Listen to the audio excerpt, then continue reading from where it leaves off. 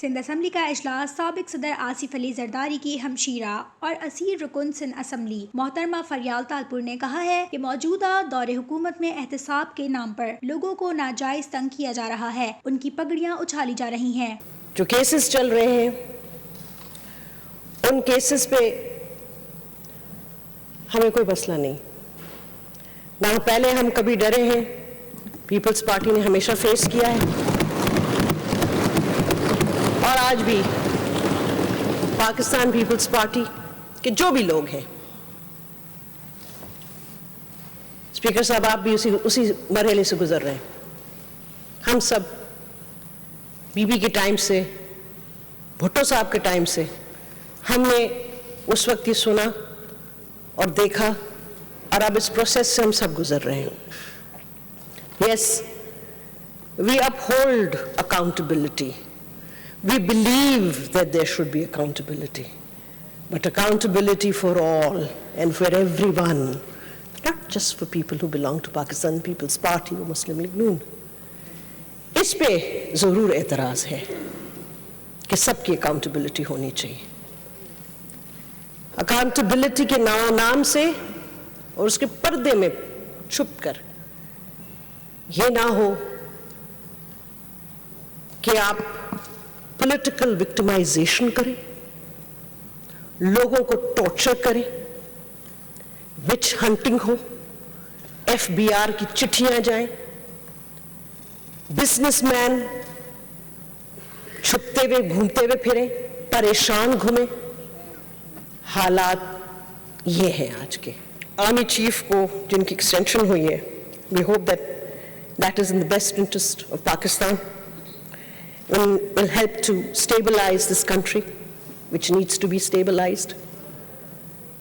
And we all should work towards a better Pakistan.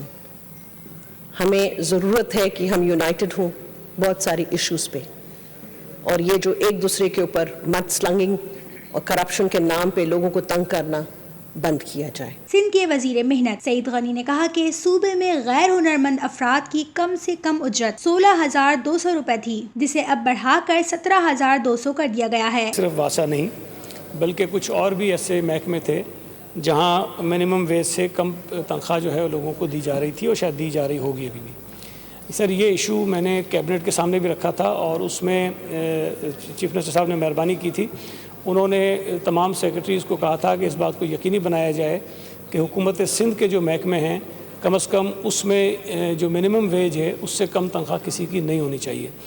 جہاں تک انہوں نے واسا کی بات بتائی تو میں اس کو چیک کر لوں گا، وہ یقیناً انہوں نے مجھے نہیں سمجھ آتی کہ کس طرح 6,000 روپے میں رکھ لی اور وہ تنخواہیں دے رہے ہیں، اور خاص طور پہ کنڈی مین کی تنخواہ تو میں سمجھتا ہوں کہ عام جو مزدور ہوتا ہے اس سے شاید دگنی ہونی چاہیے جو جس قسم کا وہ کام کرتے ہیں۔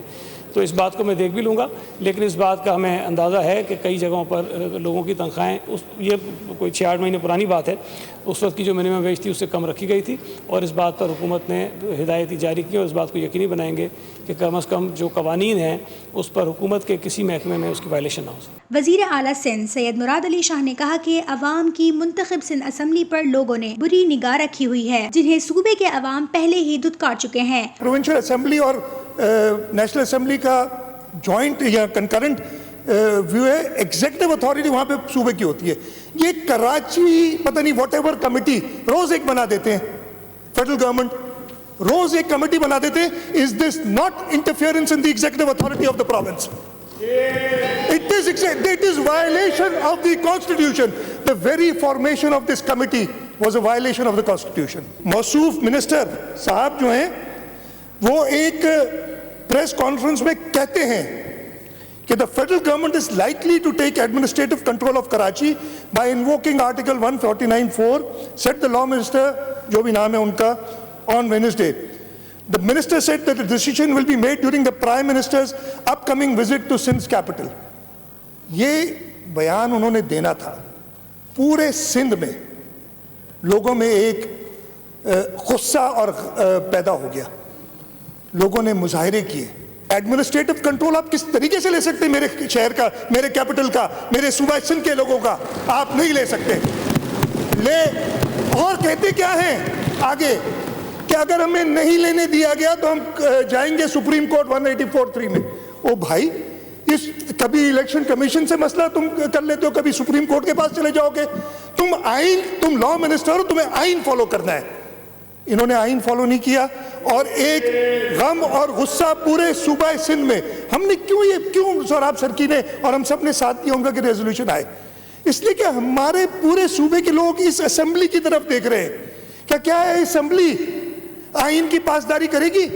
کیا یہ اسمبلی صوبہ سندھ کے لوگوں کی حفاظت کرے گی؟ اور اگر ایسے ہی چپ بیٹھے رہے تو جیسے دھتکارا ہے پہلے لوگوں کو اس دفعہ اسمبلی ان لوگوں کو بھی دھتکارے گی, اس صوبے کے لوگ دھتکاریں گے اگر انہوں نے اس ریزولوشن کا ساتھ نہیں دیا. کنور نوید نے کہا کہ جس طرح تمام 18ویں ترمیم پر بات کرنے کی اجازت ہے, اسی طرح اس شق پر ہر شخص کو رائے دینے کی آزادی ہونی چاہیے. آپ کراچی کے لوگوں کے ساتھ, آپ سندھ کے شہری اربن علاقے کے لوگوں کے ساتھ باقاعدہ ظلم کر رہے ہیں, باقاعدہ وکٹیمائز کر رہے ہیں. آپ وکٹیمائزیشن ختم کر دیں, کوئی 149 کی بات نہیں کرے گا. ہم یہاں پر چیخ کر تھک گئے, پورا کراچی چیخ رہا ہے. آپ کراچی کو صاف کرنے کے لیے پیسے دینے کو تیار نہیں ہیں. آپ کراچی کے لوگوں کو پینے کی پانی کی بنیادی جو ضرورت ہے, ریاست کی حکومت کی ذمہ داری ہوتی ہے کہ وہ جانوروں کو بھی پانی فراہم کریں.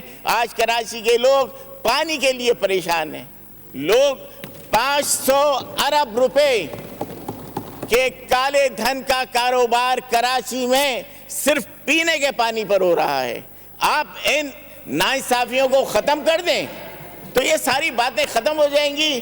آپ ناانصافیاں ختم کرنے کو تیار نہیں ہیں, آپ لوٹ مار ختم کرنے کو تیار نہیں ہیں, آپ کرپشن کرنے کے لیے ختم کرنے کے لیے تیار نہیں ہیں, آپ بے انتظامی کو ختم کرنے کو تیار نہیں ہیں, اور ہر چیز پر آپ اس کی بات کریں کہ ورنہ ہم سندھو دیش بنا لیں گے, ورنہ ہم سندھو دیش بنا لیں گے.